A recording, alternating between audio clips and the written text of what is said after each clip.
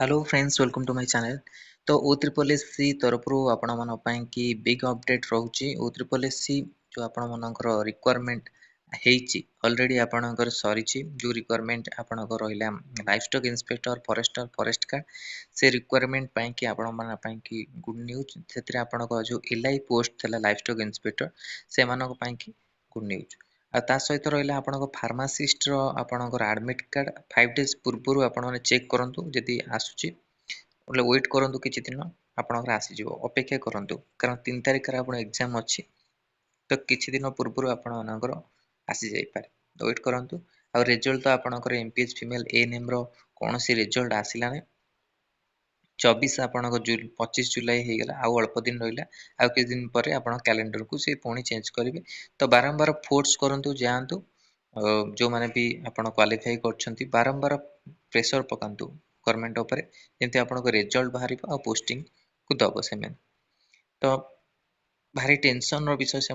कि बहुत दिन है अपेक्षा कर कौन सी आपको रिजल्ट आसुनी बहुत किसी आपको अपडेट आसु रिजल्ट उपर कौन सी अपडेट आसुनी एएनएम पिला मन कि सब अपडेट आसूची किंतु ट्रिपल एस रे किछि तो एठी देखो आपणकर लाइफ स्टॉक इंस्पेक्टर पोस्ट उपर देखिबा आपण मानकर ओडिशा गवर्नमेंट रे जो 65,000 आपणकर पोस्ट अच्छी 2 वर्ष रे भारिबो एकाथर तो आपणक भारिबो 65,000 2 वर्ष मध्य 2 वर्ष रे भारिबो सीटा मध्य रे तो सेतिर आपण लाइफ स्टॉक इंस्पेक्टर 1636 पदवी जोटा कि आपण मानक पई अछि लाइफ स्टॉक इंस्पेक्टर जो माने कैंडिडेट अछंती से मानक पई खुशी खबर खाली पड़ी 1636 एलआई पदवी भुवनेश्वर राज्य में पशु चिकित्सा केन्द्र मानक प्राणीधन निरीक्षक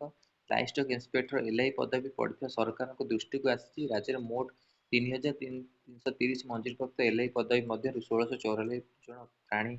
निरीक्षक कार्यरत अच्छा 1636 पदवी खाली पड़ी विधानसभा सदस्य प्रताप कुमार दिशारीଙ୍କ ए संपर्क प्रश्न गृह उत्तर रखिंट मत्स्य और प्राणी संपद विकास मंत्री गोकुलानंद मल्लिक मंत्री के तथ्य दर्शाई कि वर्तमान 306 जन एलआई विभाग तालीम केन्द्र में तालीम ने निज निज जिले में व्यवहारिक तालीम ने जहाँकि आसंता अगस्ट मास शेष सुधा समाप्त हो तालीम समाप्त होगा से निजुक्ति दिज्व पुनश्च ओडिशा अधीनस्थ कर्मचारी चयन आयोग पक्ष गत वर्ष अक्टोबर 20 आपण जो ट्रिपल एस बाहर 719 एलआई पदवी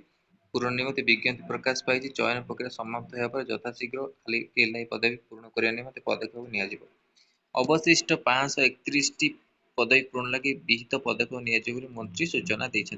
तो एलआई पद आपण मानकर अपडेट आसीगला जोटा कि 1636 पदवी आप खाली पड़ी जोटा कि आगक आपणकर फिलअप हम ट्रिपल एस आपण मैंने जानते एलआई life stock inspector forest guard forester जो एग्जाम होता है परीक्षा देते रिजल्ट आसो भी आपणकर फिजिकाल भी अच्छी तो से फिजिकाल सब क्लीयर है लाइफ स्टॉक इंस्पेक्टर मानक ट्रेनिंग दि जाए कि ट्रेनिंग पर से निजुक्ति मिलता है तो यहाँ इंपोर्टाट अपडेट हो ट्रिपल एस तरफ जोटा आपणकर आसी लाइफ स्टॉक इंस्पेक्टर को लेकिन वीडियो भल लगे लाइक और शेयर करूँ आम चैनल प्रथम थर पर चैनल को सब्सक्राइब करूँ ये कंटेंट बेल आइकन को क्लिक करूँ जब समस्त नोटिफिकेशन आप पाखे पहुँच पार धन्यवाद आ जो पीडीएफ अच्छे आपण टेलीग्राम चैनल मिल